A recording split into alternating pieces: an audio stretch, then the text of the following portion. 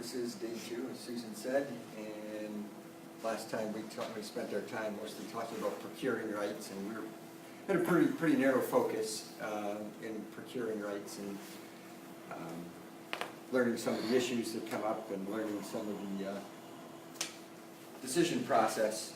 And today we'll change the focus and we'll focus more on what it takes to launch a product and think bigger picture and think more in terms of interaction with the outside world. I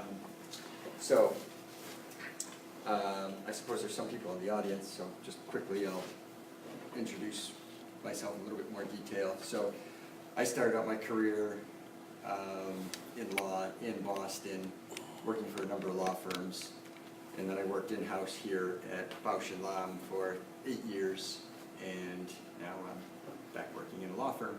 So I've seen both sides, there's a pretty big distinction between working in a law firm and working in-house.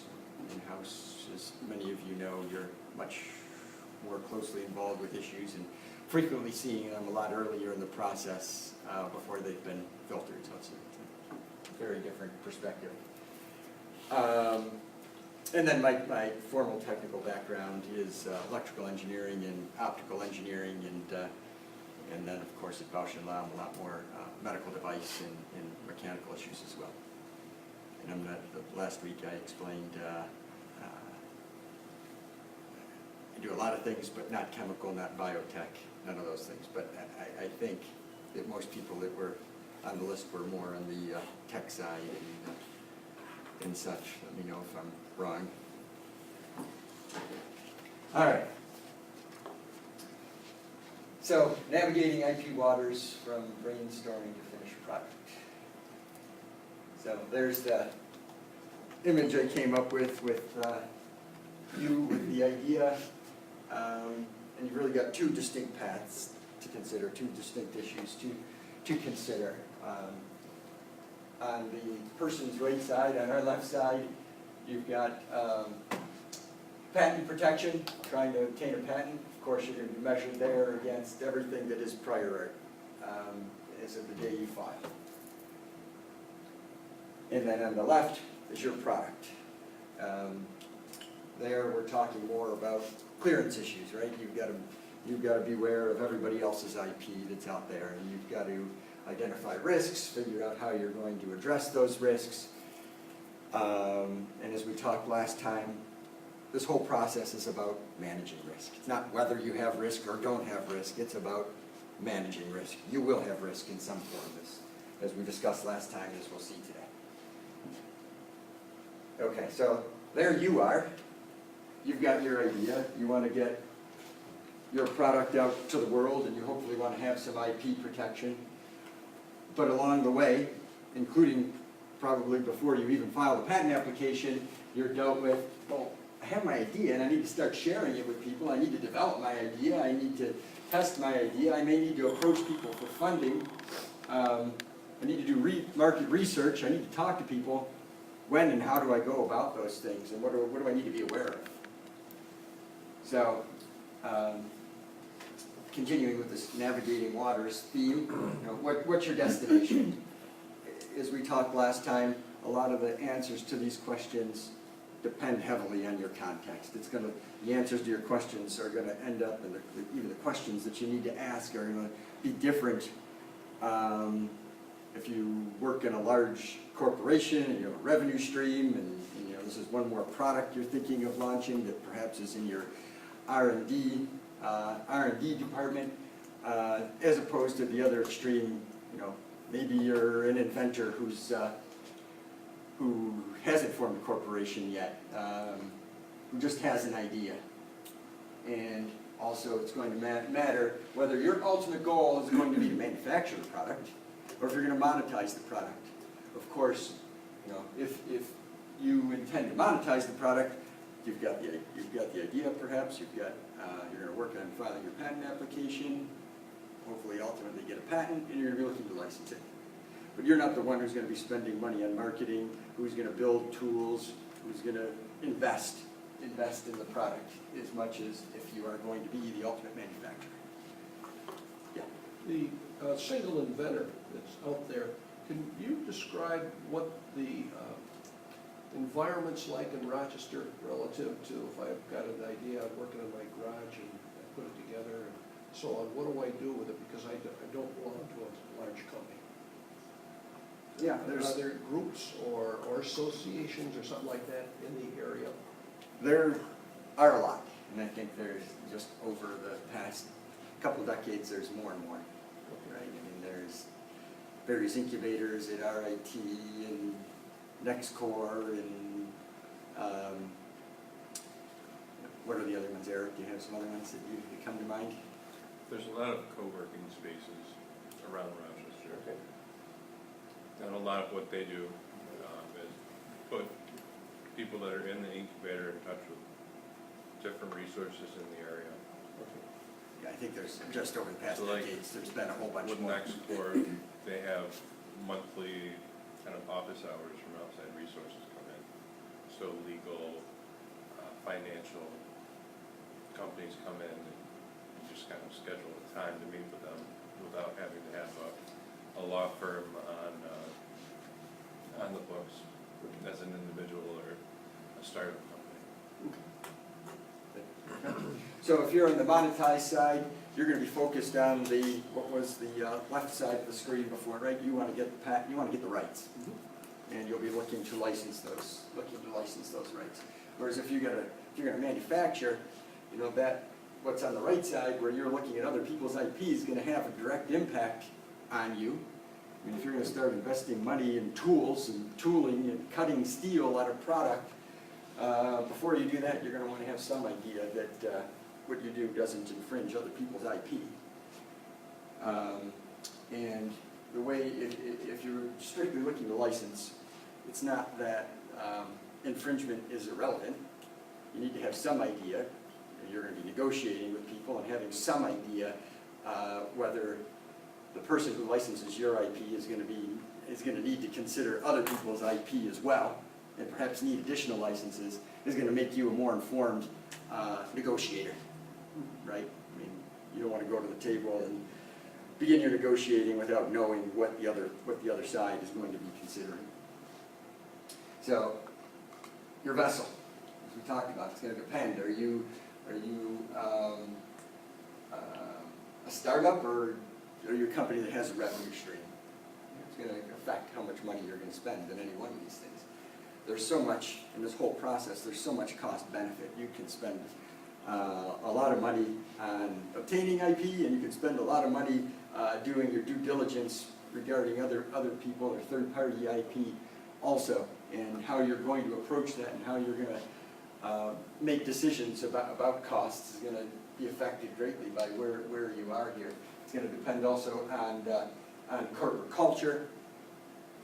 Are you willing to take some risk, or are you not willing to take any risk? You're going to, as I said, you're going to be presented with questions all along the way, and you're going to need to make a decision. Do I go forward this way? Do I go forward that way? Do I go forward at all? Right? And we'll get more into what those risks can look like, but just to give you an idea, when you do the due diligence related to an IP clearance, you're going to see pending applications. And it's not going to be black and white, whether, hey, I have to stop because somebody has rights. It's going to be, well, somebody could have rights. We need to make get some idea or form some kind of opinion whether they're likely to have rights and what impact it's going to have on me. So, you know, we can only think in terms of odds most of the time. And then there's the decision maker, right? I mean, it's just going to be the mindset of the decision maker. Who's the communicator there on their decision maker? Well, it's the interface, right? It's not always the same person that say that I'm dealing with in the company, Gotcha. and then the ultimate decision maker. I mean, maybe I am, maybe I'm not talking to the CEO. Exactly. Okay, so let's talk a little bit about what the objectives and what the associated risks are. Again, you know, think in terms of, you have two distinct issues here. You've got the idea of getting your IP, and you've got the idea that you need to be clear of other people's patents. And last time we spent some time talking about how those are two distinct issues. And I worked with some pretty experienced people who have trouble keeping those two ideas separate, but they have to be kept separate. Whether you can get a patent is a completely different question than asking, hey, if I practice my invention, am I going to be infringing somebody else's IP? And I recognize most of the faces on this side from last time, and we worked through that idea a bit. Are you guys, I don't know, does that make sense to you, right? I mean, you can get a patent and still have issues with somebody else's IP. Okay, then I won't spend any more time on that issue. Okay, so obtaining a patent, what are the risks you're dealing with? We spent time with these last week, but we'll readdress them in a little bit different context here. So risks are commingling your idea with third parties, so it's a question of ownership. Prior to filing a patent application, like we said, one thing we need to be careful of is public disclosure. The other thing is we don't want to put ourselves in a situation where we're sitting down with somebody where there's an opportunity where there's going to be inventing. Right? If we're going to be sitting down with a group of people and we're going to deal with inventing, somehow both sides want to come to some kind of understanding of who owns the rights when the inventing happens. Or if perhaps they're going to share them, but at least it needs to be contemplated before you sit down in some kind of situation where there's likely to be inventing. Okay, so then you've got this public disclosure issue. Prior to filing, you need to be aware of your own public disclosures, whether it's talking to people, various groups allow you opportunities to present. I know on campus it happens a bit. They have competitions and people like to get up there and talk about their ideas, but you really need to be wary of whether that's public disclosure. If it's public disclosure, it can have some kind of impact on whether you can get a patent or where you can get a patent. Laws regarding disclosure vary depending on the jurisdiction of the country. So your own public disclosure can be an issue, and of course, third-party disclosures. If you're in a competitive area, filing earlier can be a bigger concern. All right, so what are the risks? Well, if you commingle, loss of ownership, loss of exclusivity. If there's a public disclosure, well, you're ultimately not going to get a patent potentially, and then looking backward to things that have already happened, well, if you proceed down the path of getting a patent and you aren't fully aware of what's out there, you might be surprised down the road when you find out that there is no patent to be had. All right, so on the other side, launching your product, freedom to operate, what are the risks? Well, the risks are going to run into somebody's IP, and that can result in injunction or damages potentially. So, as I've mentioned a few times, one of the most important things I'd like people to leave here with today is it's a matter of managing risks. No search, whether it's in the patent application procurement side of things or whether it's in the freedom to operate side of things, no risk, no search is going to be perfect. And never will you get to zero risk. And if I were to draw a graph of what it looks like to deal with risk, I mean, initially you can reduce your risk quickly for dollars spent, right? A little bit of research is going to go a long way. But as you keep working and you get the idea that you're going to work yourself to zero risk, as you keep getting closer and closer, it tends to be more and more expensive. Hopefully you can get to the point where you can identify the risks that you're up against, make sure you made your best decisions vis-a-vis those risks, but never should you expect there is going to be no risk. And those risks can come because no search is going to be perfect. There's frequently professional searchers involved, and it happens either, they're looking at thousands of patents, they're trying to look at them efficiently. Sometimes they don't get everyone. There's the idea that IP that's been generated hasn't published yet, right? There's a lag between somebody filing a patent application and when it gets published. So the IP might be out there, just might not be publicly available yet. There may be an instance of, at least in the context of patentability, that something that's published isn't very easy to access, and that could have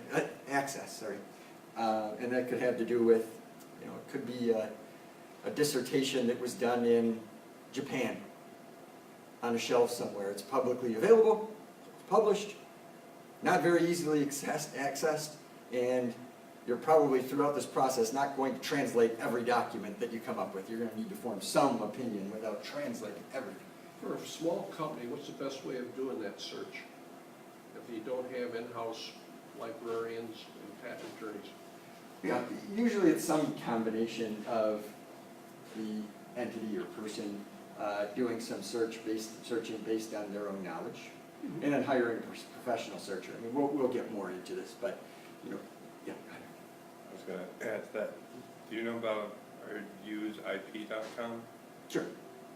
That's They're one of many searchers, professional searchers that are available. They tend to rely heavily on technology, and they've got some proprietary software that they use. I was wondering about the resources of the Rochester and Monroe County Public Library Yep. in their search, or their patent and trademark Right. department. That's, right, they've made that, what do they call them?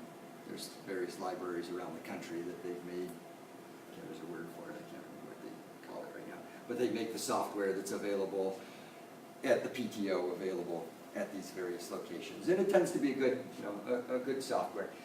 In the searchers in DC, right, there's a whole cottage industry in Washington. It's kind of interesting. It's become less of a community, I think, since so much more is online now, but it used to be years ago, you'd go down there and there'd be people that have their setups, look like a little campsite, that they'd go there for the day and they'd spend time and they'd actually be flipping through patents. There still there are groups that get together down there, but they're mostly online now, and, you know, those are the professional searchers. They're the ones that have the techniques down. But there's still, even if you're going to work with a professional searcher, there's no substitute for input from the inventor. You know, they know the industry. They're going to, so it's some combination of both that's going to get you the best result. Okay, so let's go specifically now down this route. We're talking about obtaining a patent, and think about some of the issues there, beginning with the idea of ownership and you know, avoiding this commingling issue. So, ownership is, and the ownership issues are going to, you know, there's going to be a couple of different avenues you're going to go down, and it's going to be different how you deal with ownership. Of course, the easiest one is you're dealing with ownership in the context of a business, and you're dealing with an inventor that's an employee. So what's the relevant document here? It should be in an employment agreement, right? Dealing with rights. And, you know, every employment agreement is going to say something about assigning, hereby assigns, right? There's a distinction there. It became important in the law, but you'll see all agreements now have that language. Agrees to assign is you're agreeing in the future to assign. Hereby assigns is a present, what do they say? It's a present assignment of future rights, and there's a distinction in the law. And I won't get into the reason for that, but that's common language. And then it just goes on to say, you know, right title and interest, discoveries, inventions, improvements, whether or not patentable, conceives, and then, you know, even get into, in this, I would say, is an employer favorable document or term, and it ends with even things that are invented or conceived 1 year after termination. These things are all negotiable, depending on who the parties are that are agreeing to this, right? I mean, if you're hiring somebody and they come in and they have some kind of extensive background in inventing, they're going to, maybe some of these terms, they're going to say, no, and in addition, I need you to be aware that I have this IP and that I'm already doing this in this area. You know, can we agree that any work I do in this X area is gonna be mine, and then outside of that's gonna be yours, so these things can be negotiated, but typically, inventors, employees, you're gonna deal with this in advance. And the one context, I don't know how many entrepreneurs or very early stage entrepreneurs we have in the audience, but this can be an issue, right? We talked a little bit about it last time. You've got all kinds of people, say, on campus who are entrepreneurs or would-be entrepreneurs and are getting started, and they've got this great idea, and as I said, I spent some time volunteering, so I hear people say, well, I'm talking to this classmate of mine or this dorm mate of mine who's really smart, and do you have any kind of agreement between you who's going to own this? I mean, you're making them an inventor, and they're going to have rights in your idea. Have you thought about who's going to own this and what happens when you go start your business and they go somewhere else? So, again, it can turn out a lot of different ways. You can solve, there's no one perfect way to solve it. I suppose if you're running the business, what you want ultimately are the rights, but that doesn't have to be the case. What happens when you're working with a company and a lot of the larger companies in particular decide not to go into a particular technology or product area or something? Employee, they're downsizing, employee leaves, and they happen to be working in that area their former employer is no longer interested in. Yeah. What's the best route? Do they get an agreement from the company that's kind Yeah, of acceptable? they sure can. They sure can. I mean, the company would own it, it's theirs, and then it's up to that individual to approach the company and say, hey, you're not going to be using this, and then figure out the right arrangement. I won't get into negotiating an agreement like that. That, again, can go hundreds of different ways, whether it's revenue sharing, whether it's a sale of the patent, or whatever the case But it's may best be. to get it clarified just to get rid of that risk. If you're going to go down that route, If sure. I'm going to go down that route, so it's best to clarify it up front. Right, I mean, that would be the ideal Yeah, and nobody situation. knows how much it's worth yet. Right, exactly. So, employee situation should be simple. A company that's just getting started has to be mindful of these issues, right? Get the right documents in place. Form a company. Get the right documents. Question along that line, would that be part of that initial employee agreement? Would that be? The assignment or the sharing of IP with an employee that decides to take an idea that the company doesn't want or decides not to pursue? Well, are you assuming that employees leaving the company? They could be leaving the company, but at the time that they're joining the company, somehow assigning, dormant works. Oh, just generally, not with one patent in mind, you Yeah. mean just generally? Yeah, I mean, I suppose you could come to that agreement, whether, it depends what kind of organization you're walking, or you're negotiating with, right? I mean, if you're dealing with an established organization and you're an inventor of no particular note, you don't really have much negotiating power. It'd be tough to get them to change their standard forms for you, maybe. But again, I mean, that's what negotiating's all about, right? I mean, your leverage as an employee coming in is, I'm gonna go somewhere else, I have other opportunities. And then the question, if you're not willing to agree to these rights up front, and depending on who you are and what you bring to the table, the company might say, okay. Or they might say, no, you're really unique, and we've been searching for somebody like you for over a year now, and we need to get this done, so sure, right? I mean, it's negotiating power. Dealing with it up front would be a great time if the circumstance is right. So, okay, so now let's begin. Probably the more interesting situation is you're working with outside individuals, right? Whatever your organization is, you're working with somebody outside of an employee agreement.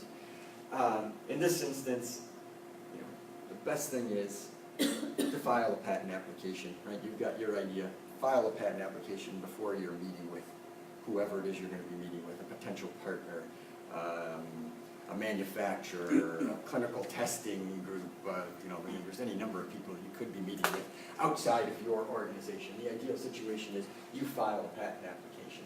before you go there. Your rights are fixed. You have a property right. We're no longer talking about some kind of agreement, some kind of contract rights. You've got a property right. You filed the application.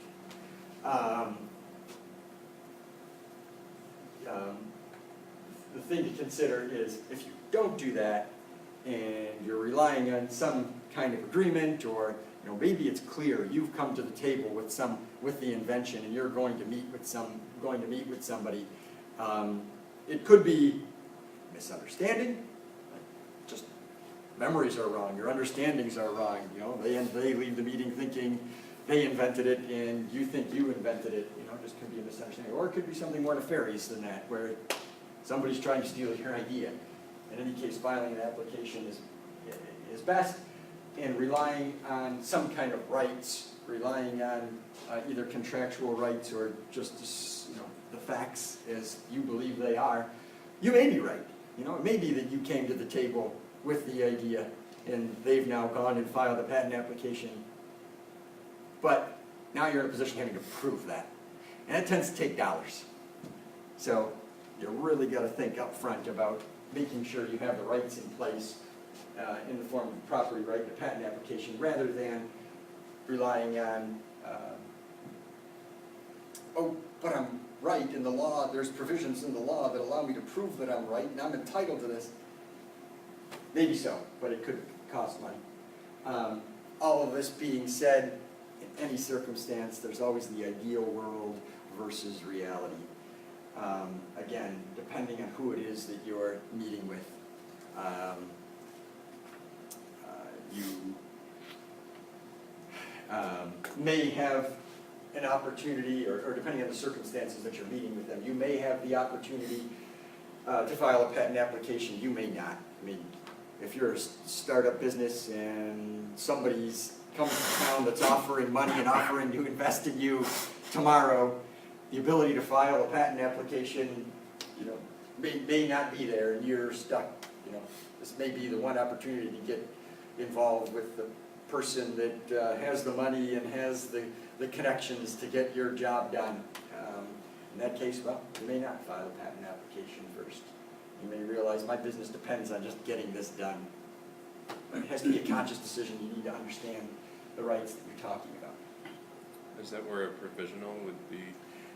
Yeah, I mean, as we talked last time, provisionals have their place. They have the thing to realize they have this. You have the same obligations of teaching somebody to make and use the invention and fully disclosing your invention as it's ultimately going to issue in a patent. Right? Those same requirements exist with a provisional application. So you can't take it lightly when you prepare the provisional application, but that's a perfect example of where you might just need to put something down on paper and do the best you can under the situation.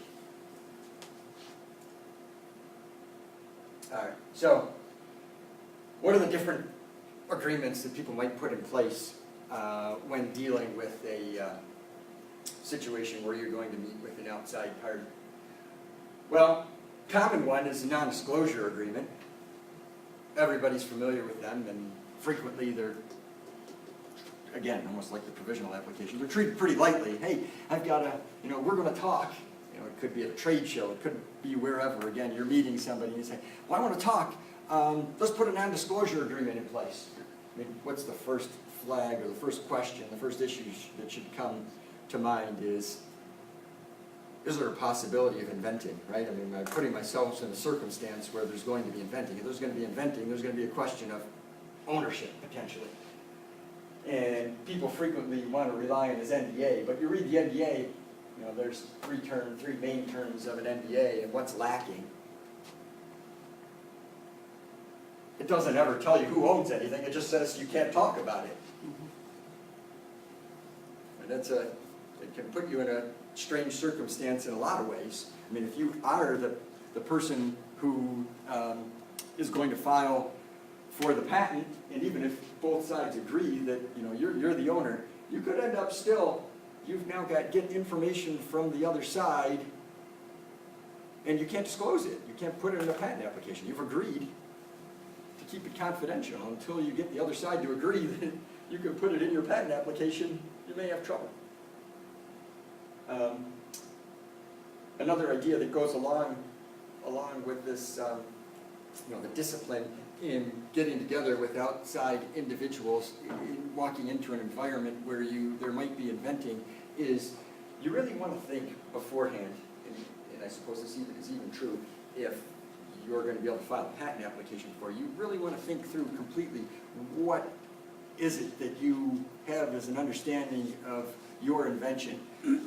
One of the last things you want to happen when you walk into that environment is you start talking to the person and they start telling you things and you go, I knew that, or I would have come up with that. But now they've told me, now it's their confidential information. So NDAs, you really got to be leery of what it is that you're dealing with. And again, I'll say frequently, people take an NDA and they, thinking back to my corporate days, people would say, I need an NDA, I want to talk to whoever. And then if they get an NDA and they have it signed, they tend to think, oh, we've got the NDA in place, now we can talk about everything.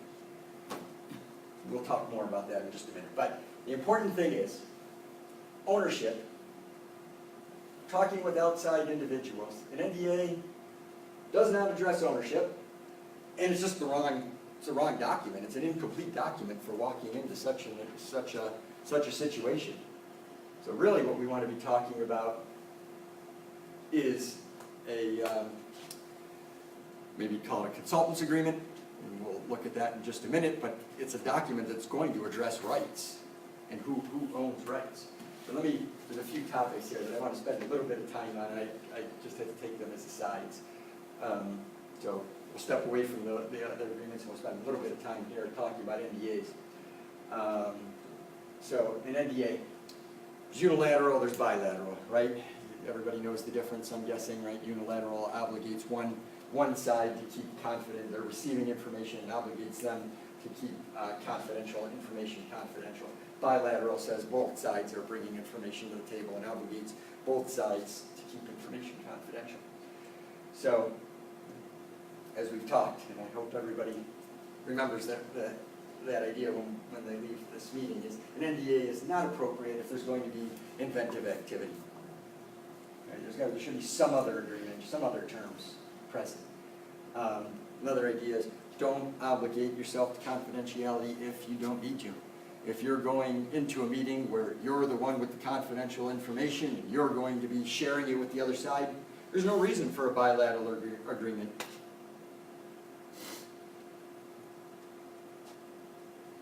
You have to keep in mind who it is you're meeting.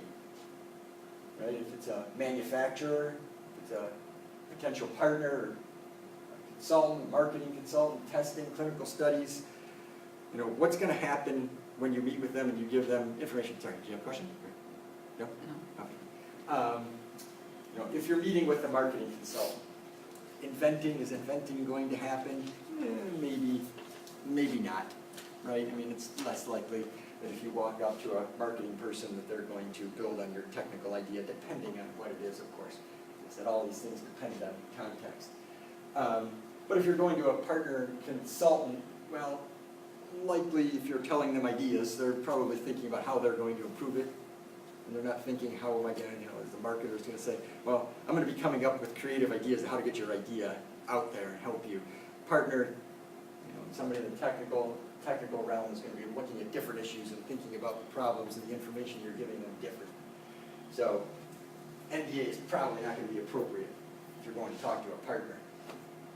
Whereas with a marketing consultant, potentially could be. You're just not going to be dealing with that.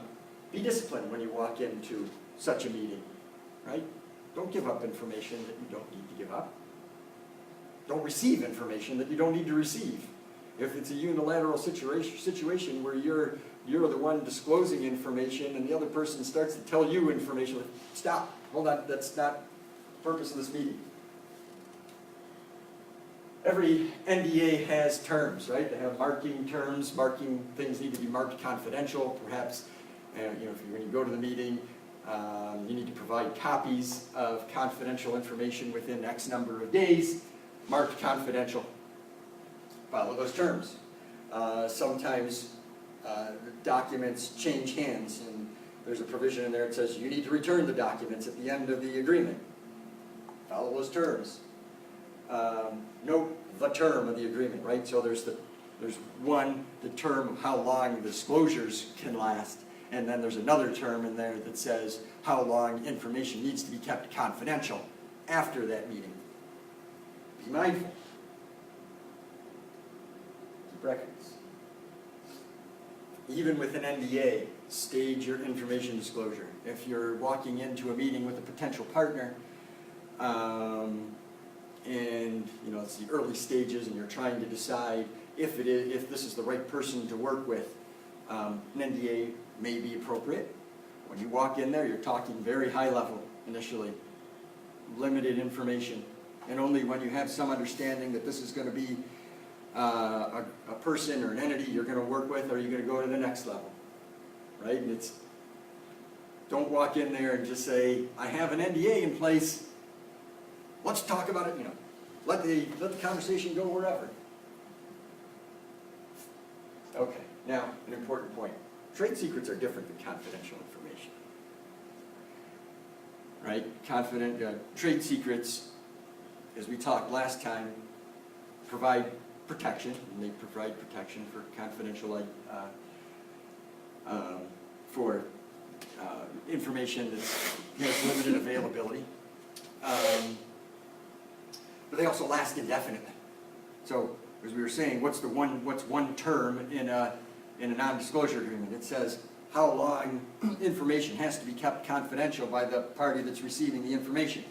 Well, you don't want that associated if you're dealing with a trade secret. A trade secret can last indefinitely. So if you're handing over the information under an NDA and you're saying keep it confidential for 3 years,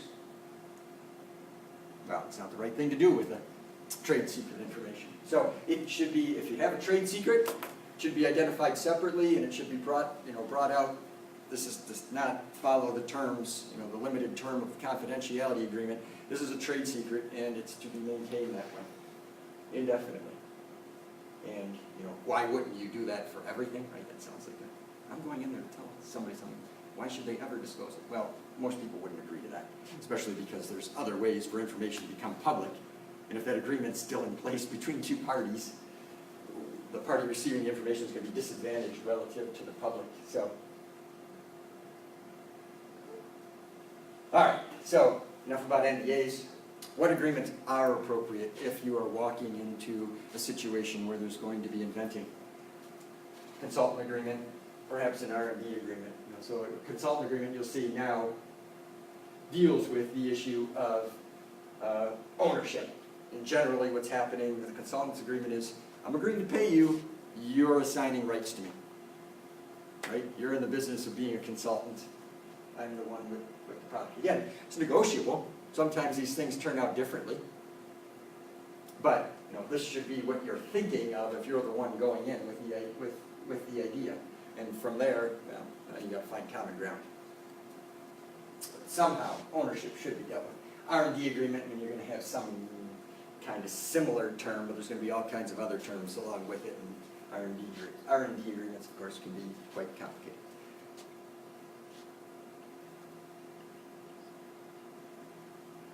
All right, so we've dealt with ownership. Now we can deal with the idea of you own the invention, now what about moving forward? The next couple slides are going to be similar to what we talked about last week. A little bit different context, a little bit different information.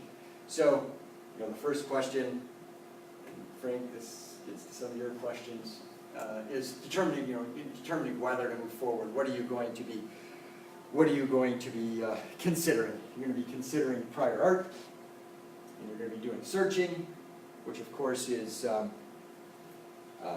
form of due diligence. In this instance, in this context, it's due diligence where you've got, the round numbers we were saying, filing a patent application, $10,000 on the line. You're looking for some surety that when you file, you're not going to walk right into another patent that renders your invention not novel or obvious or whatever the case may be. So, what are you talking about usually with this due diligence? Again, if you have $10,000 on the line, you're going to spend $10,000 to find out if you might lose that money. That'd be kind of silly. So some fraction of that, and you're probably talking in the $1,000 to $2,000 range, probably something reasonable. So it's going to be yourself, or it's going to be a professional, and it's an objective analysis, right? We're not looking for advocacy at this point. We're looking for, look at this patent, what do you think? What are the odds?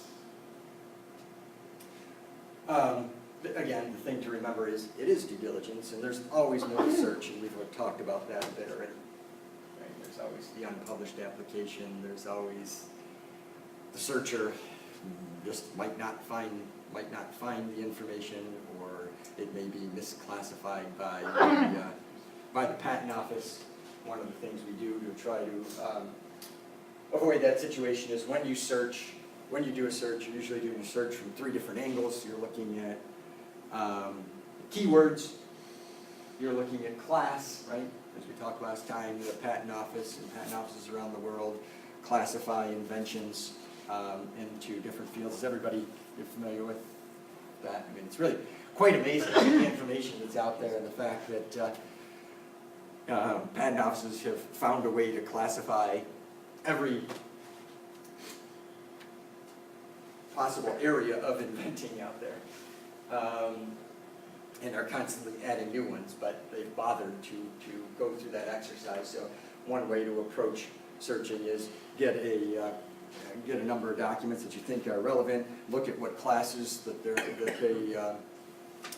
in, and then go find out what those classes are and search those classes in particular. Now, that saves you from keywords. Any number of issues can happen.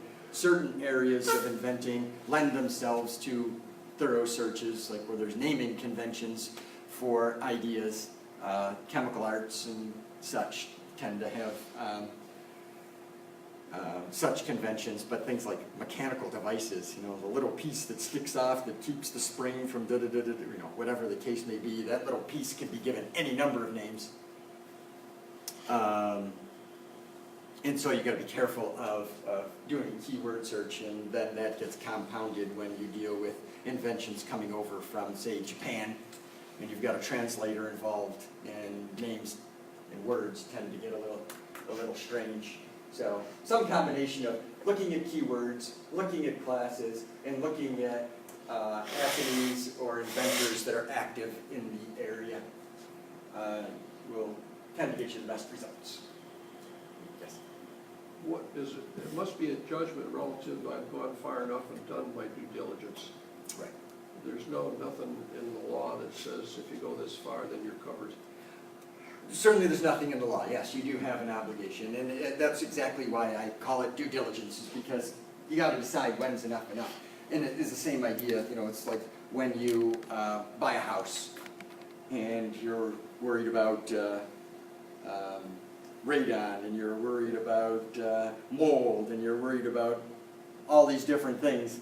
Well, you send an engineer in there or some kind of inspector in there to do some searching. It's not that they are guaranteeing you that at the end they've taken care of all these things, and they're certainly not tearing out the walls to find out if there's mold. There may be mold behind there, but you've got to decide when's enough. And when you get down to unpublished and dissertations and so on, that must be a never land that you probably can't afford. Exactly. To go look. Okay. This is true that this kind of searching is very contextual, because it's always up against what's at risk. In the case of obtaining a patent, which is what we're talking about here, you're talking about $10,000 for the initial filing, and then more once you get to foreign filing, but it's pretty limited. Whereas if you're doing a search in the context of infringement, and you want to validate, you've got a product out there, you've made all kinds of investments, right, to keep the product going, whether it's marketing campaign, whether it's manufacturing, and whatever all else, and now you're faced with a patent that you have to deal with. You're going to do a different level of searching there, right? You're going to draw your line differently, and you may have somebody going in Japan and searching dissertations. Okay, so once you've decided to move forward, you've done your due diligence, you've decided to move forward, of course you're putting pen to paper, and you're putting together an application. Your obligation is to teach somebody how to make and use the invention, and you need completeness. right? Anything you're ever going to rely on to convince the examiner that your claimed invention is patentable is going to be in the application, right? If you're ever going to run into a piece of art that you may or may not have been aware of going into filing your application, and you need to distinguish it somehow, you're going to only be able to amend your claims based on what was in the application at the time of filing. So that's where completeness comes in. And with provisional applications, as we said, same obligation. If I'm going to use that earlier date that I got from filing that provisional application, it has to be true that whatever ends up in the claims that ultimately issue, they need to be fully supported by what was in the provisional application. So if I didn't take the time to write a complete provisional application, I did some kind of slipshod job writing the application, I may not have that full support, and I may lose the date that's associated with the provisional date, and I'll be stuck with the non-provisional date. Now, under certain circumstances, that's a risk you consciously take, right? If we're going into a meeting the next day and we're trying to put something down on paper, we get what we get at that point. It can't be thoroughly thought through. You just need to make a calculated risk, calculated decision. So, okay. So, claims, as we said, everybody's seen a patent application now. I know this half of the room has. You guys are well familiar. But the claims are the heart of the invention. The heart of the application. Defines the scope of your right, as we said last time, rather like in a deed, the surveying dimensions, right? That's what a scope is. It just happens to be in the form of words. There's the issue that has to be dealt with, that generally going through the patent office, there your job is you're trying to distinguish earlier prior art. So thinking, hey, I can add this distinction in and it'll distinguish me over the prior art that's out there. I'll get a patent. But on the other side, once you get the patent, you want your rights to be as broad as possible. So you need to be careful about the words that you've chosen to distinguish the prior art, because then folks, after you get your patent, they're going to be using those same words to distinguish themselves from your claimed invention, right? So there's that tug of war there between narrow to get through the patent office and broad after you get out, so you have nice broad rights and you're keeping competition further away.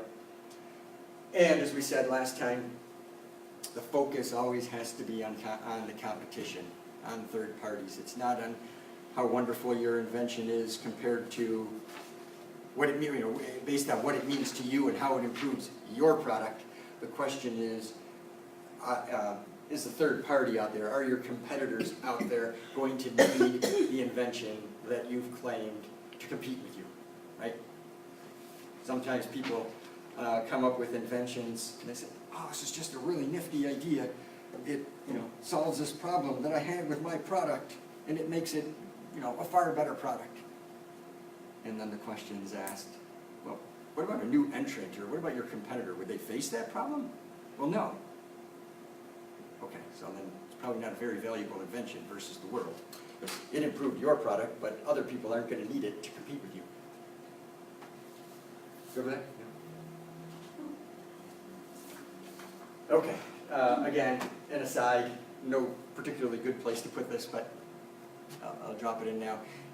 You always want to be mindful, and you hear this in a number of different contexts, but you always want to be mindful of statements you put in emails or in any written communication. You don't want to make your competitor's, patent look better than it is, right? And you don't want to make your patent look worse than it is. Or you don't want to say things like, we infringe this claim. And frequently, you're dealing with a big organization, you're looking for input from different people, and maybe you go to the engineer and you say, what do you think of this this patent versus our idea? And they write back, uh-oh, this is trouble. I think we infringe. Okay, you really need to be careful, and you need to make sure that people in your organization are careful about what they say. And by the same token, when you're getting a patent and you're talking about whether it's patentable over some prior art, you don't want to say, well, I don't think we're patentable over this. at least you need to think twice before you do that. Sometimes, especially now where, inventors might be on different coasts or in different countries, people do need to communicate. You just need some kind of rules of engagement when you do, and everybody needs to be mindful of things like this. Be careful of the questions you ask, because you might get an answer back that you wish you hadn't. And if that is the case, and it is a misunderstanding, probably best at the time to address it and say, I think you don't quite understand, or, perhaps we'll talk and come to a different conclusion, or something along those lines that mitigates that language that was put out there. Okay, so a summary of filing. Pre-filing, of course, we avoid public disclosure. We file. Once we file, our rights are fixed. In that period after filing, of course, you've got 18 months before it's going to become public. You need to decide at that point, if you're going to have some kind of discussion with folks outside your organization, you need to decide how valuable that 18 months is. Right? I mean, maybe you just need to get things done and you don't really care. Your rights are fixed. I did my best job writing this patent application. It's got everything in it. Let's get out there and do what we need to do, realizing, I could have kept it secret for another 18 months. But there's the decision, there's the issue. That's what you need to consider. The next thing that will happen is 1 year after filing, you'll deal with whether to file in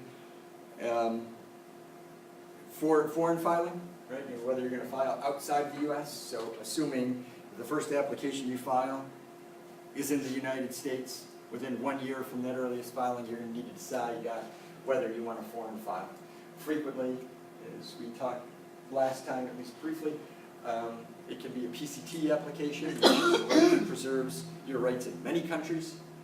And you get an examination. It's a non-binding examination, but you do get an examination, and it's going to likely be your first input as far as how an examiner is going to view your invention.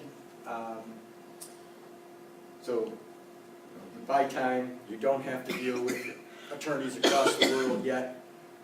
You get some input. You don't need to spend money on translations.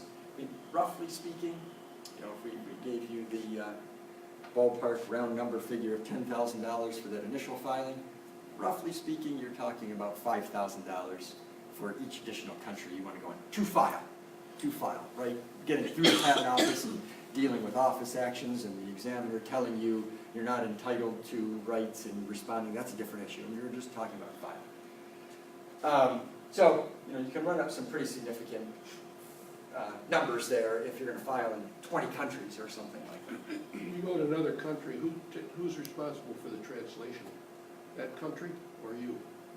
You in some form, right? Either you, frequently, you can do it yourself and save money, right? They're the associate, Okay. call them associate.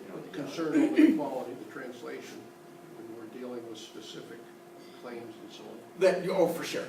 For sure, that's an important consideration. But also, there's just economies to be had, right? If you're going to file in 5 Spanish languages and each associate offers to do a translation, well, I can do it myself and say I'll provide it and save, pay once, right? So those are definitely considerations.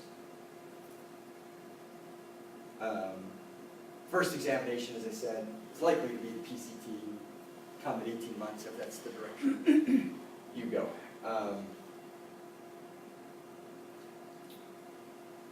Examinations in other jurisdictions, well, some are fast and some are slow and some are very slow. And then, it depends on your individual context, what's going on here. If this is just an idea that you're trying to patent in a large corporation is just another idea. Well, maybe just getting the patent is one thing that's going on and nobody's paying particular attention to this idea. It's just something you're trying to capture the value of your R&D, but there's nothing driving it. But sometimes you're in the middle of a negotiation, right? I filed my application, I'm dealing with, a potential buyer or potential partner, but whoever it is, and the patent application is sitting out there. It's not been examined yet. both parties know you filed. They've probably formed some initial opinion on whether you're likely to get a patent or not. And that can have an impact on negotiating, right?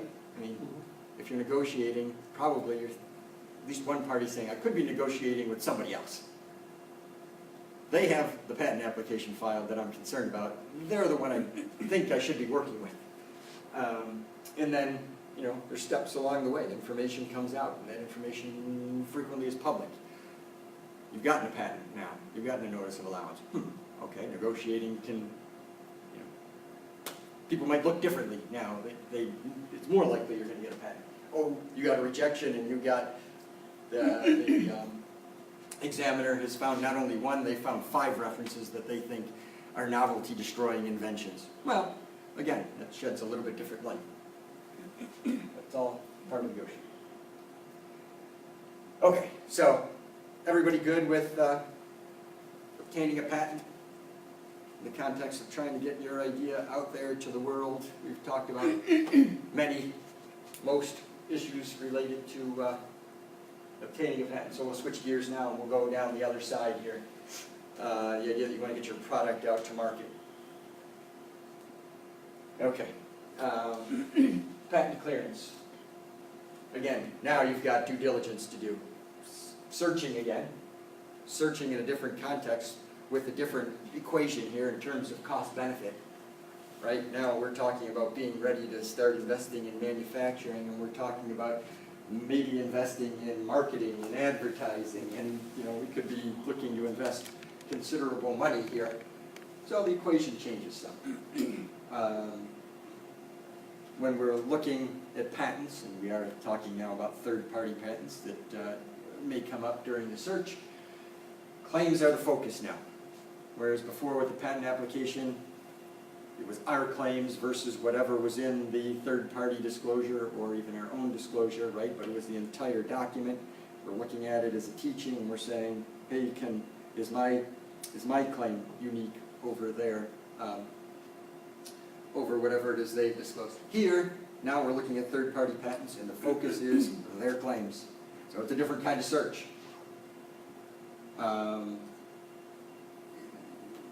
Frequently, either people come to a misunderstanding about what it means to do a patentability search and what it means to do an FTO search, and that they're somehow the same, which is definitely not true. It's something for you to come away with today is understanding that they're different because the focus is different. What it is that you're going to be looking at is different. But sometimes you can get some insight, right? If you're doing a patentability search, it may be that you turn up some information that's relevant. Where the patents not only are relevant for their disclosure, they're relevant because their claims are close to what it is that you are going to be trying to get out there in terms of your product. So again, same kind of searching methodology. You're looking at keywords, you're looking at classes, you're looking at SMEs and inventors that are perhaps prolific in the field. But as a part of the due diligence here, you're thinking about what is it that I should be searching, and it could well be more than one thing, because infringement can happen at different levels. It could be the system.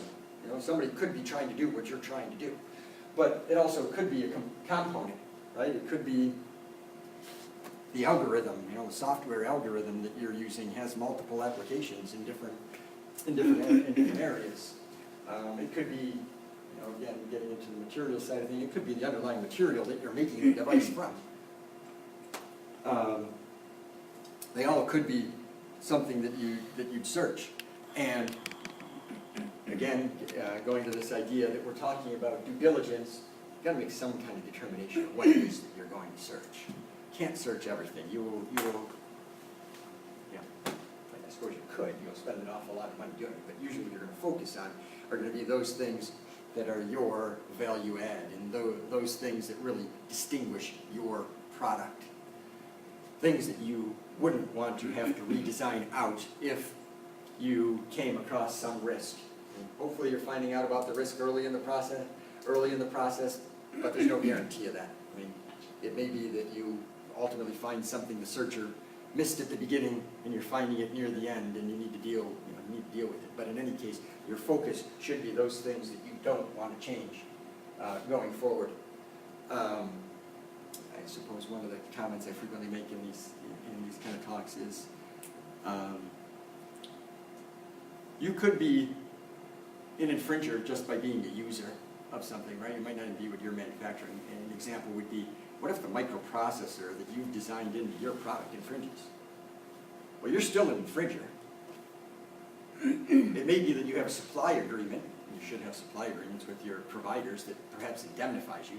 It's still going to be some hassle, some heartache, and some trouble for you potentially, but at least you've got somebody behind it that is more knowledgeable in the game, right? If you're making a medical device that just happens to use a microprocessor, but you're in ophthalmics or you're in whatever, your knowledge of RAM memory on a microprocessor chip is going to be pretty limited. So you at least want your suppliers to have some skin in the game to help you. And you would think that they would actually be the target, right? I mean, if you were buying a microprocessor from some big company, you would think that the patent holder would go after them. It's not always true. Anybody know who those people are that tend not to go after the main manufacturer? There's a name for them. Trolls. Right? Everybody's heard of patent trolls, right? So they tend to go after people with less information, and they're looking to somehow get them to settle.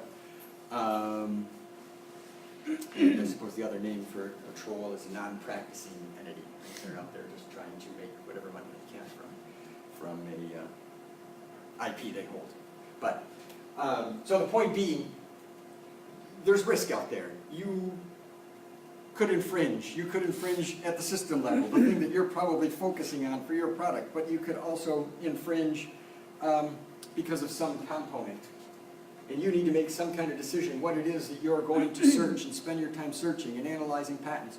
And it's probably, it's going to be those things that you bring the value add to, the things that are distinguishing factors for your product. And those are the things that you're going to spend your time on. You have to consider which markets it is that you're going to focus on. Is your product going to be strictly in the United States, or is it going to be global? If it's global, you need to do some searching elsewhere, and you'll probably need some kind of input from attorneys around the world on what risk issues might be. And the last thing I'll end with here on this slide is literal infringement versus doctrine of equivalence. Anybody familiar with doctrine of equivalence? Yeah, okay. So literal infringement is, you look at the claim, and in order to infringe, you need to practice every element of a claim. And so you go through and you read the claim, and the game is, in this patent, if you want to be free of risk, you want to read something that's in the claim that you don't do. Right? That's a very important thing.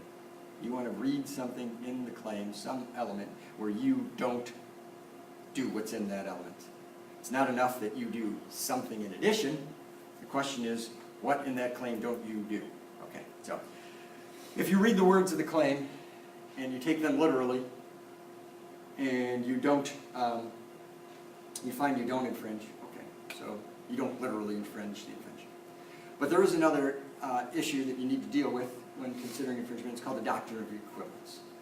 And the courts have decided that following a strict literal reading of the claims is not what patent infringement is all about, so they've kind of cast a shadow around the terms a little bit, and they've created this doctrine of equivalence. And although there are different ways to understand what doctrine of equivalence is, generally the courts would say it's something that's an insignificant difference.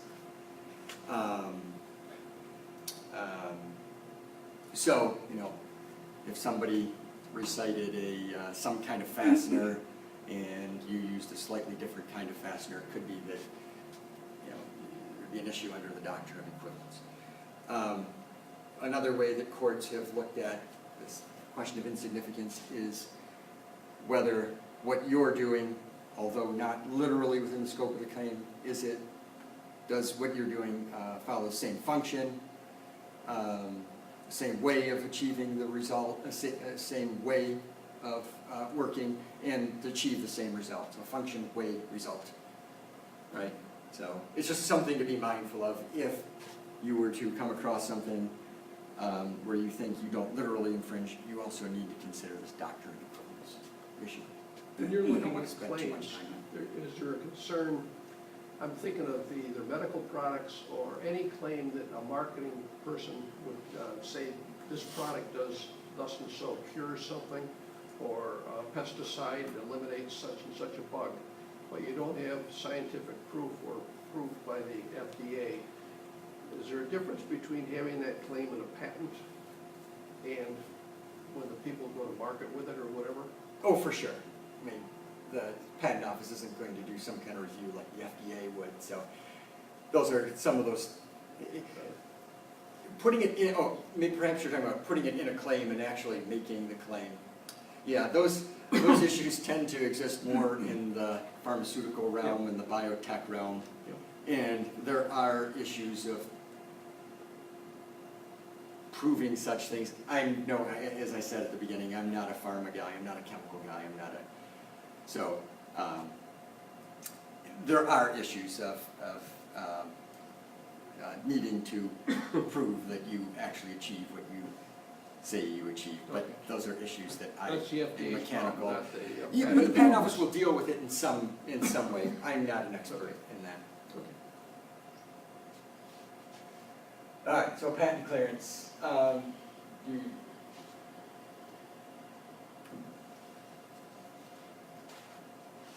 Okay, so we're done.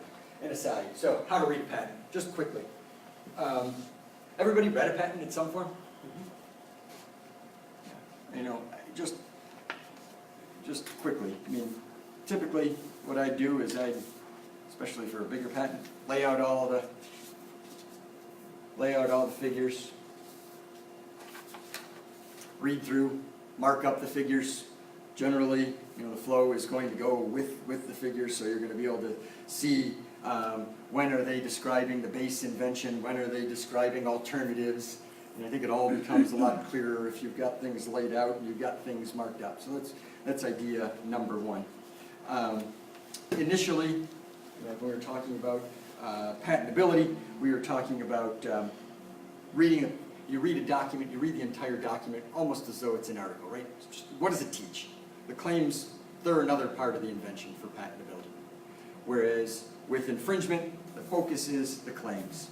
And you're going to be looking at the claims, in particular the independent claims, and you're going to be trying to understand what those words mean.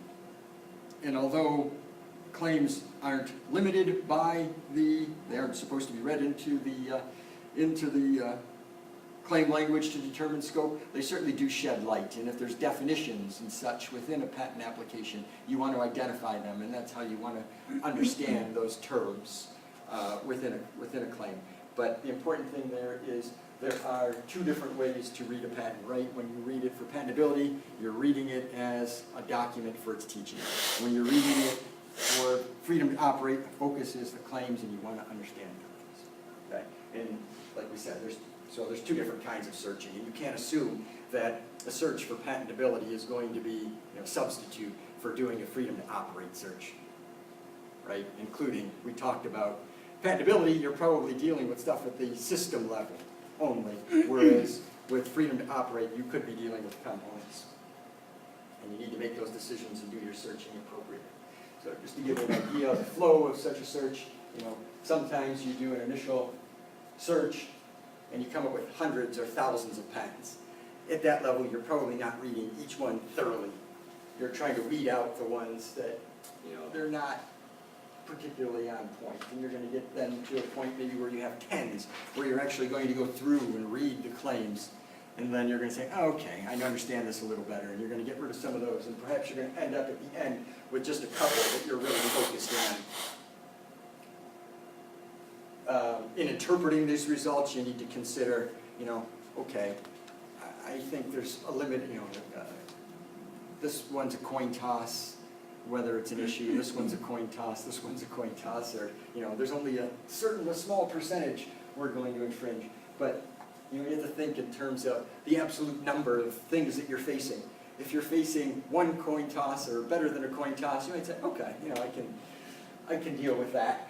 But if you're dealing with 10 coin tosses, chances are you're going to flip tails one time, and it really only takes one in most circumstances to cause you plenty of grief.